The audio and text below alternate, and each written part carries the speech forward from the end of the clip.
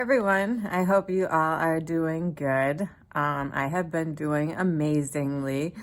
I haven't been on much. We've been very busy.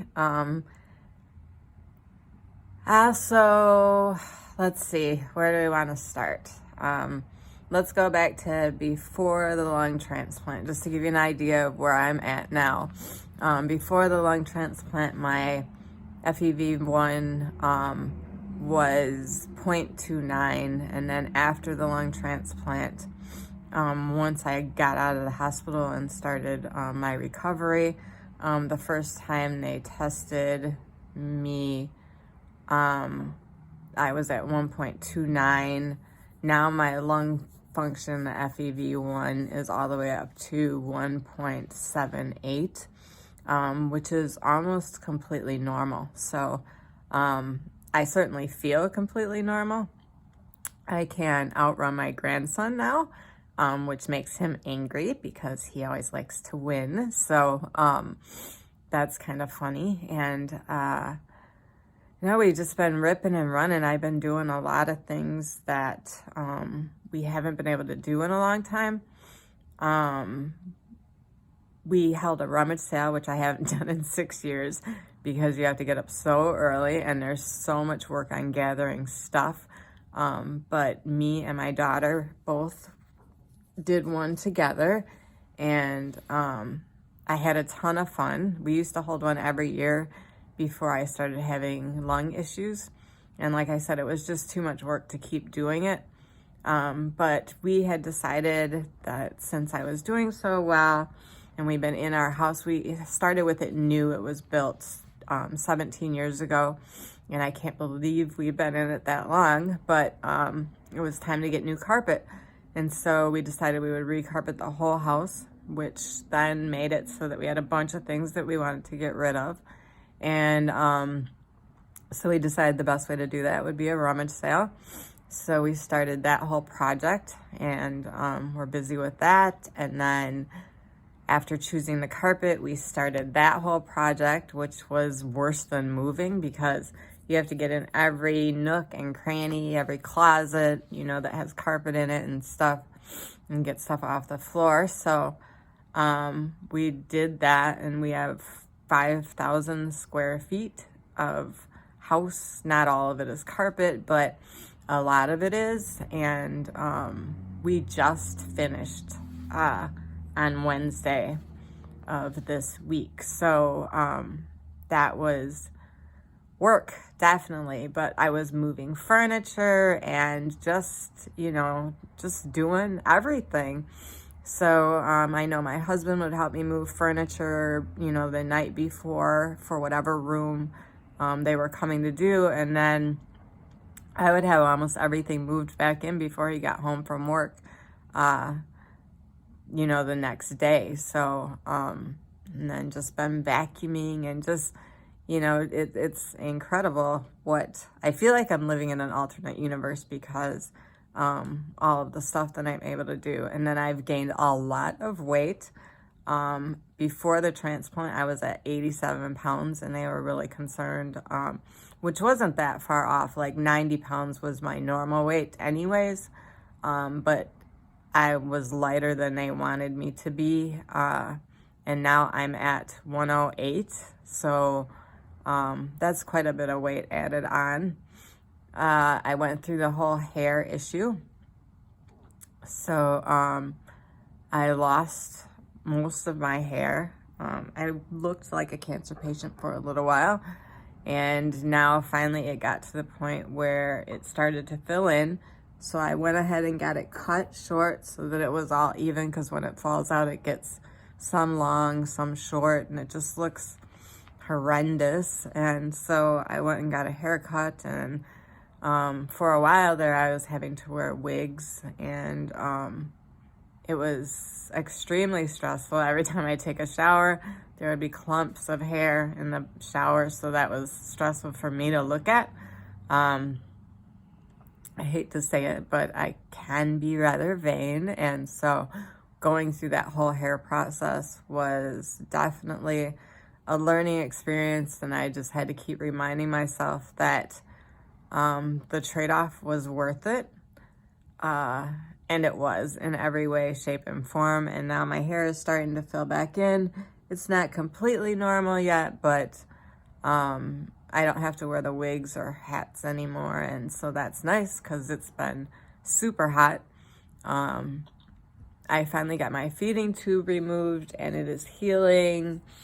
And so by the beginning of next week, I will be able to start swimming and stuff again, which is great. Our pool is open and waiting, and the kids have been in it, and I've been ready to go in with them. And so I am so happy that that's done. We've also been doing a lot of camping, and so much so that my daughter ended up buying a camper. And now we've all been camping together, and all the kids say is camping, camping, camping. We want to go camping. And so that's been kind of funny because it just turned into this whole addiction.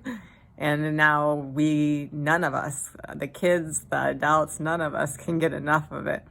We also had fun on the 4th of July. We took the camper down by the lake. They took theirs down there, and we just hung out for the entire day with all the comforts of home right there with us to watch the fireworks. So that was a fun day, and something that I had always wished, all these years of going to watch the fireworks, we always would see a few people with RVs down there, and it was something that I always wanted to do. So that was kind of cool. Still waiting to fly, obviously. They said that I have a whole year, so after December, I should be cleared for flying. I've been through a couple more bronchoscopies, and I have another one coming up. Everything's just been really good. Before I was diagnosed, when I knew something was wrong, I was putting in about 10,000 steps a day. And by the time I got probably the last year and a half before transplant, I was struggling to do even 5,000 steps a day. I really had to work at each step, and it was important.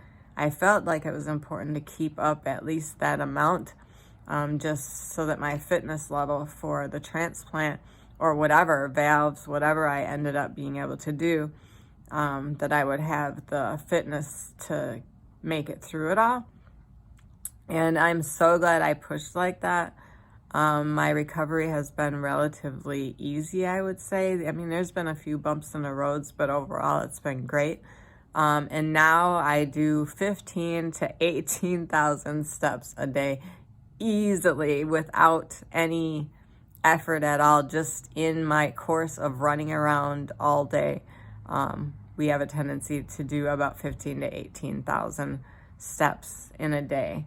And it's just unbelievable to me the difference that this has made in my life. And I am so thankful and grateful to my donor for making this happen. It's an overwhelming experience, even just to think about it all. Every time I think about getting that call, and all I wanted at that time was just to be on the other side of this whole experience. And here I am, and it's better than I could have ever even imagined. And not to say that there's not drawbacks. Like I said, there's, been bumps in the road, and there's, a lot of pills to take, and a lot of doctor's appointments. And with COVID, it's just made everything extra. So it's been a lot. It's been a journey, most definitely. But I don't know. It's actually been an enjoyable experience for me, this whole thing. So I feel pretty much healed. I have soreness still, and there's some nerve pain. They deaden your nerves, cut them. I don't know what they do to them, but they do something to your nerves so that the pain is not as bad when you come out of surgery. But then like 6 months down the road, the nerves start regenerating, and then you start getting feeling back, and that feeling is sometimes painful.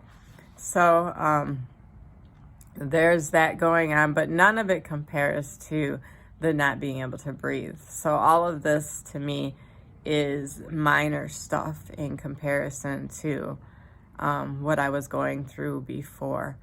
And the doctor's appointments, I still do weekly blood draws, but my other doctor's appointments have slowed down to like once every 3 months. So that's not bad at all. And then there's extra doctor's appointments that I have to go to, you know, like dermatologists and different things that they want you to just keep an eye on your skin, because some of the meds make you super sensitive to the sun. And I have to put on like sunscreen. I use it every day. It's part of my routine now. I also look for makeup with a sunscreen in it to just try to help combat the problem. So there's, little extra things, but it's nothing compared to the extra of carrying oxygen around or whatever. So even though I didn't want to do this whole thing in the beginning, and I know I even have a video way back when talking about how against lung transplants I was, I am so happy I did it. So I have no doubt that I probably would not still be here if it weren't for this, because my breathing was so bad. I was down to 11% lung function. So yeah, super grateful.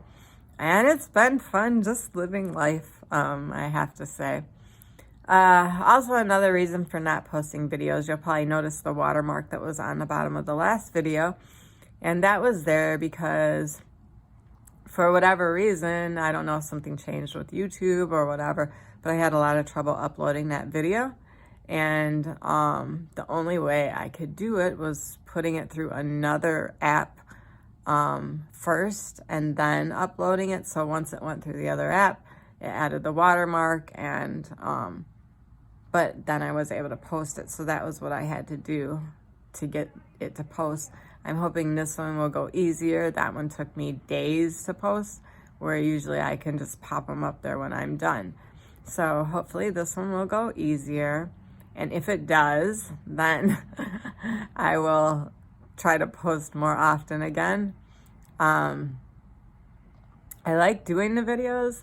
It's just been so hard to keep up with them lately. It was like, I guess you could say after 6 years of doing not much. We did our vacations and we did like stuff every day, but I would have to pick between, like, if I had 5 things I wanted to do that day, I would probably have to pick 2 of them, because that would be all I would have the energy to get done, to go do.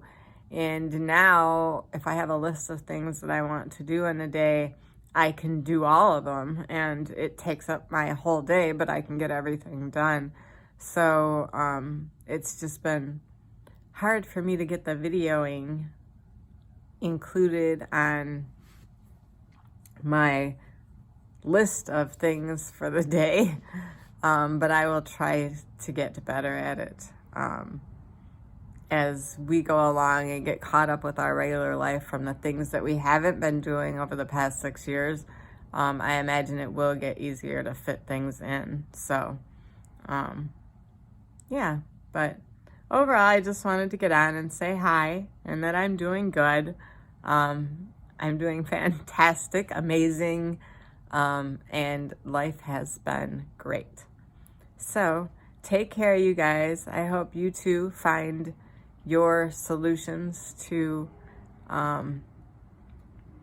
whatever health issues each of you may be dealing with. And one thing that I hope everybody learned from my experience is to never give up. Like, I was down to my last lung function, probably being able to function at all, still walking around. I was like a zombie, but still walking.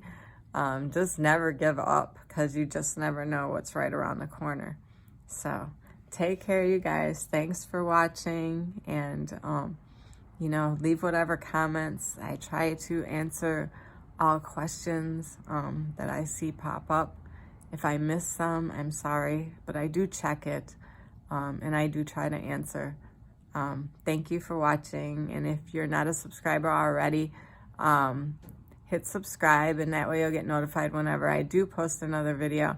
And always remember that my videos are numbered 1 through whatever. I think they're at 100 and something now, but so they started with 1 and they, you know, are up to whatever number. And what I was hoping when I did that was that people could come at any time and know where the first one was. And that's nice because you can see the progression. You can see where I started and then where I went before the lung transplant and now after. So you never have to guess like where you're at in my journey. It's all numbered. So if you want, you can watch it from 1 all the way through and kind of see how things went for me. But in any case, however you do it, whether it's forward, backwards, or just random or here and there, thank you for watching. Have a good one, you guys.